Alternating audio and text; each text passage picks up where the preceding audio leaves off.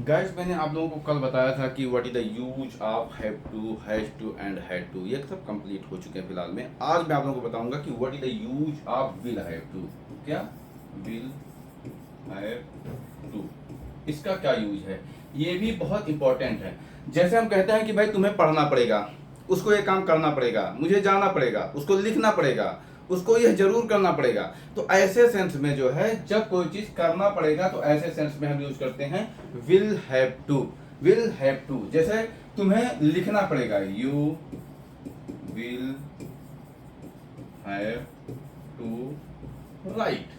तुम्हें लिखना पड़ेगा।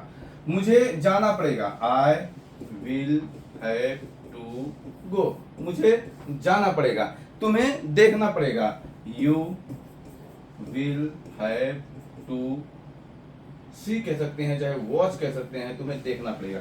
तो गाइस, इस तरीके से जब कोई चीज जो है हमें करना पड़ेगा तो ऐसे सेंस में हम यूज करेंगे किसका, विल हैव टू का। और प्लस जो है हम लगाएंगे वर्ब की फर्स्ट पार्ट। इस तरीके से हम ढेर सारे सेंटेंसेस बना सकते हैं। अब मुझे जो है फिलहाल में काम पे जाना पड़ेगा, I will have to go to the at the work. मुझे काम पे जाना पड़ेगा। और जो है तुम्हें रुकना पड़ेगा, you will have to stay. तुम्हें रुकना पड़ेगा। तो ऐसे आप ढेर सारे सेंटेंसेस बनाएंगे। ये रहा रूल कि हम स्ट्रक्चर जो है कैसे बना लेते हैं। अब रहा सवाल कि हम अंग्रेजी में कैसे बोलें। अंग्रेजी में बोलना बहुत आसान है। अगर हम ये चीज कसम खा लेते हैं तो हमें अंग्रेजी बोलने की जो है दुनिया की कोई ताकत नहीं रोक सकती। क्या वो कसम है?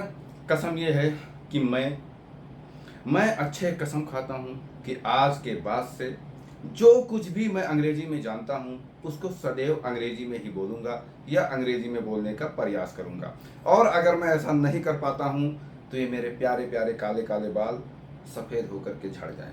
जिस दिन गाइस आपने कसम खा लिया, अपने बालों की कसम खा लिया, तो मेरा दावा है गाइस कि आप अंग्रेजी क्या, दुनिया की कोई भी भाषा आप ज़्यादा से ज़्यादा 6 महीने में सीख जाएंगे और बोलने लगेंगे। क्यों? क्योंकि हमें 25% ऑलरेडी अंग्रेजी आती है। कैसे आती है? हम पंखे को देख रहे हैं तो पंखा क्या है? वो फैन है। सड़क को सड़क कहेंगे, रोड कहेंगे, पेड़ को ट्री कहेंगे, आम को मैंगो कहेंगे, और दीवार को वॉल कहेंगे, ताला को लॉक कहेंगे, घड़ी को वॉच कहेंगे। यानी कि जो हम व्यवहारिक जीवन में देख रहे हैं वो सारी चीजें लगभग लगभग हमें 25% आती हैं। और इसी को हम बोलने का शुरुआत कर दें, मेरा दावा है कि आप जो है अंग्रेजी 6 महीने के अंदर धड़ल्ले से बोलने लगेंगे। जिस तरीके से 2-3 साल का बच्चा कुछ ना लिखता है ना पढ़ता है, वो क्या करता है? सिर्फ सुनता है और बोलता है और देखता है।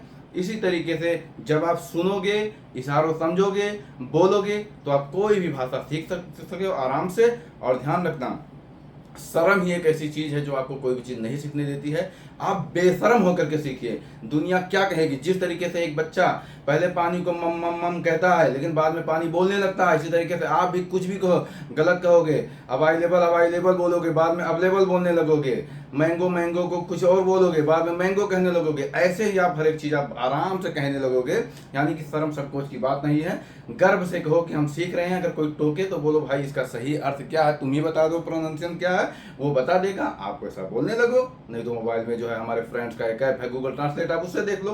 तो गाइस, इस तरीके से आप अंग्रेजी बोल सकते हैं। और ध्यान रखें कि एक वर्ब आप जरूर याद करें, जरूर याद करें। एक वर्ब के 5 फॉर्म। जैसे मैंने कहा कि ठीक है, रन।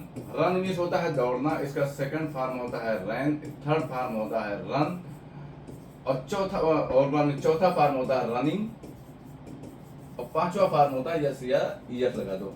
ये बहुत इंपॉर्टेंट है। हर एक वर्ब के जो है हमें 5 फॉर्म डेली याद करने चाहिए।